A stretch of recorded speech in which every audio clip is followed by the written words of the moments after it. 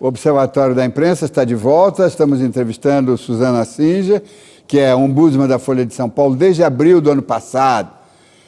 Ocupou várias funções no comando do jornal e hoje chegou ao topo, não é? Que é a avaliadora do trabalho diário. E em função disso, que eu queria perguntar, bom, você já está no seu primeiro ano, já completou, teria mais 2, e depois você tem planos, você vai encarar a redação, ou já vai partir, talvez, para lecionar, quem sabe lecionar. Muitos dos ombudsmans da Folha são professores eméritos, né? Caio Túlio, Carlos Eduardo, né? Olha, Diniz, falando sinceramente, eu não tenho a menor ideia do que eu vou fazer. Na minha vida toda eu nunca planejei muito. Esse cargo mesmo, esse convite veio inesperadamente. Eu tinha, vou confessar, um certo preconceito em relação... Não preconceito, mas eu não me via na função. Eu sempre gostei muito da redação, do fazer jornalismo. Falava, não, ficar de fora, criticando o trabalho dos outros, sabe? Achava... E me surpreendi, gostei muito, aprendi muito nessa função. O contato com os leitores é super importante. Até você ter tempo de ler com mais calma a imprensa, né? Então, eu acabei aceitando como um desafio e eu não sei mesmo o que eu vou fazer depois.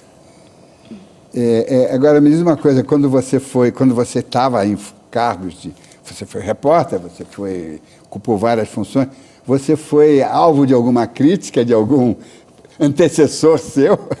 Fui várias vezes. Quando eu era editora de cidades, por exemplo, o ombudsman era o Marcelo Leite, ele fazia críticas muito duras à editoria.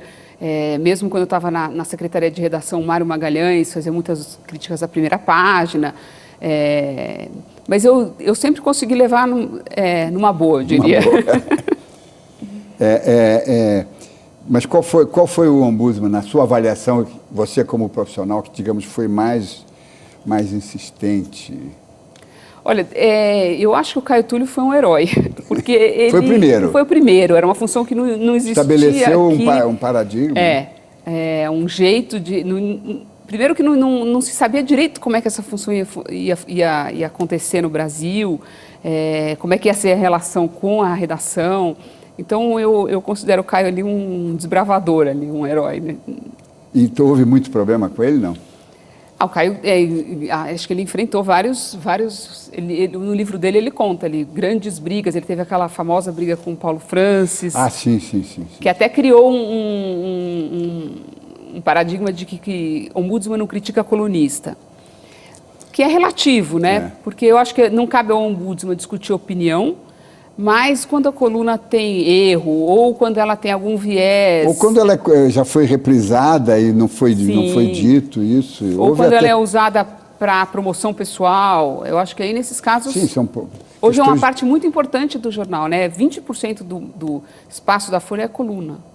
Acho que é o jornal que tem mais coluna no mundo. Pois é. Você tocou nisso. E vamos avançar um pouquinho. Você não acha que é um pouco exagerado isso? Não é só na Folha, não. Acho que na Folha... É toda a imprensa. Quer dizer, o sonho do jornalista é ser o colunista, sair da redação, ser dono do seu espaço. Eu acho que...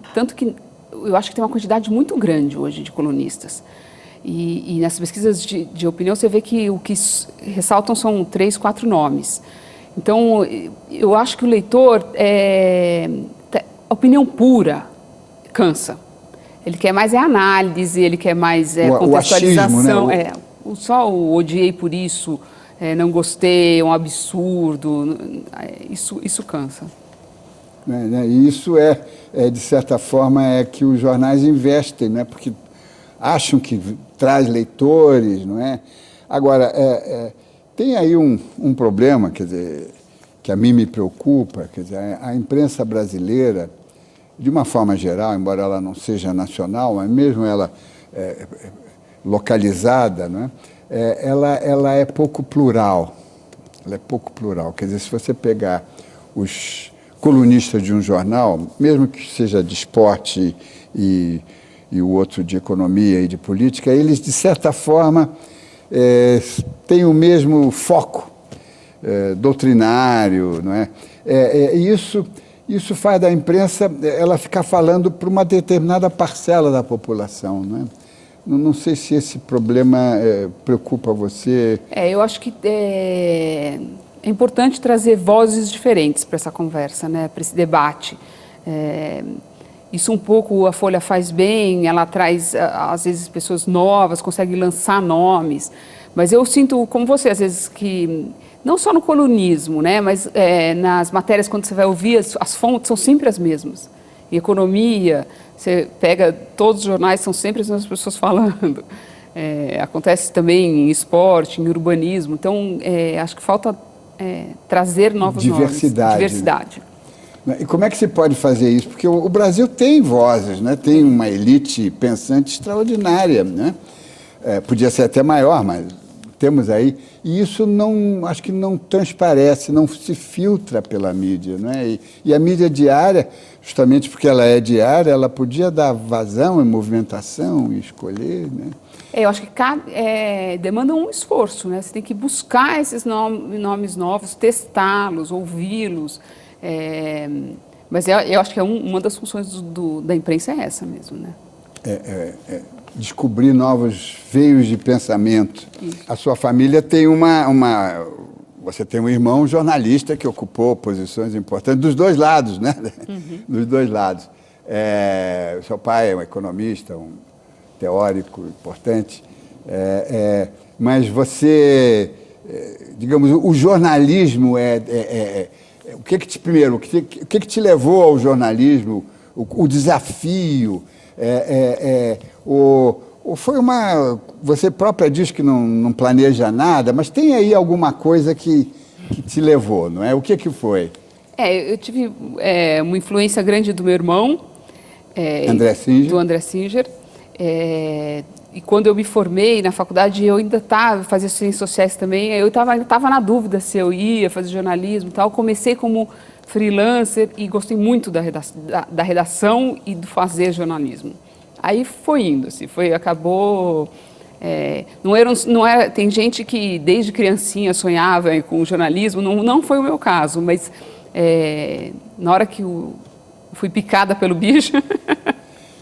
Você fala em redação, não é? E aí temos um problema, eu acho que sério, não é? Porque eu sou muito crítico, eu acho que as redações estão acabando, elas estão, por várias razões, as cidades estão crescendo muito, dificuldade de trânsito, as tecnologias estão facilitando o trabalho em casa, o repórter está cobrindo o acontecimento e já está mandando a matéria. Mas a redação, aquele templo onde as ideias, digamos, elas cintilavam, não é? Uma batia na outra e crescia. Me parece, não é? Não sou um grande frequentador de redações ultimamente, mas como é que você vê a redação como esse lugar cheio de ebulição, não é? A redação mudou muito, né? Primeiro que elas cresceram. Então era um grupo menor, mais atrapalhado, até uma coisa até mais artesanal. Elas cresceram muito. Tem essa facilidade de você fazer as coisas pela internet, que o repórter sai menos para a rua, que acaba sendo sempre prejudicial. Mas eu ainda acho que é um lugar que isso que você falou, teoricamente daria para trabalhar em casa, mas faz uma diferença danada. Você está ali no meio, você discutir. Eu acho até que a coisa que mais me incomoda no trabalho de ombudsman é a solidão. Porque no jornalismo, tirando a parte de coluna, qualquer trabalho você tem uma troca de ideia. Nem que você vai decidir a manchete, não é sozinho. Você está ali, ouve a opinião de 2 ou 3, mesmo que a palavra final seja sua, você está sempre trocando ideias, ouvindo coisas. Eu acho que esse trabalho ainda é muito importante e tomara que as redações se mantenham, mesmo com mas está havendo um esvaziamento, digamos, das redações. E, inclusive, os colunistas, eu sou de um tempo em que o colunista fazia a sua coluna na redação e ele ora, levava coisas para a redação ou ele recebia da redação. Então, havia todo um processo muito mais forte, não é? E a tecnologia, nesse caso, está esfriando o meio, não é? esfriando o meio. Agora, a tecnologia também, esse é um dado muito importante, em vez de facilitar, está prejudicando. Eu não sei como é que era quando você começou na Folha, que horas que o jornal fechava, mas eu tenho a impressão de que ele fechava, ele saía na mesma hora e fechava mais tarde. Né? Quer dizer, então, para que esses investimentos fantásticos? Que o jornal, sábados, tem que rodar muito mais cedo, não pode dar o resultado, ou quando dá é com grande sacrifício, o resultado de esporte, com muito sacrifício. Quer dizer, no fundo, a tecnologia que devia fazer do jornal uma coisa melhor está fazendo uma coisa menos boa. Né? Mas eu acho que, não sei se as tiragens aumentaram, o jornal está maior, né? Tem um monte de dificuldades industriais aí envolvidas. Por outro lado, você tem o online que te obriga, as redações hoje na Folha estão juntas, no Estado estão juntas, em vários lugares estão juntas, e que aí você tem que estar ali com a notícia, o que é outro problema. Eu acho que aí também é um problema em que a tecnologia é ótima, mas cuidado, porque... porque começa a pipocar coisa e aí tem que checar. Exatamente. E aí começa, todo mundo está dando, por que a gente não está dando? E aí a parte da checagem acaba sendo esquecida. E os cadernos? Eu tenho escrito há anos eu tenho escrito contra a excessiva cadernização do veículo impresso brasileiro. Eu sou de um tempo em que, sei lá, você tinha um jornal de 48 páginas e estava tudo no primeiro caderno e tinha o segundo caderno de assuntos leves ou culturais e era mais universal. Você começava lendo a primeira página, se fosse um esportista ia para a última, que era esporte, e ele mesmo via o resto. Hoje não, você tira o caderno e fica com esporte, ou tira a economia, tira não sei o quê, comida. A cadernização foi um ganho para a área comercial, porque tem mais capa para vender, anunciante adora capa, mas acabou criando uma demanda hoje. Nas famílias, o que a gente vê é que um pega o esporte, o outro pega a economia, o outro que não gosta de determinado caderno já passa batido. Então, acabou, eu acho que criando um hábito diferente no leitor. Sim, mas isso tirou o caráter, eu acho, né? O caráter universal o jornal físico, ele era uma... por isso que ele sobreviveu tanto tempo, não é? No mundo inteiro, com tamanha força, porque ele era rigorosamente universal, ele tinha tudo, não é? Num só. Então, o sujeito sabia o resultado do esporte e sabia como é que está a guerra na Etiópia, sei lá onde. Não é? Hoje já há uma segmentação mental, não é? Verdade. Não sei. Devia ser até mais difícil editar nessa época, porque muito mais. Você tinha que hierarquizar todo o noticiário, né? Não segmentado, né? E hoje essa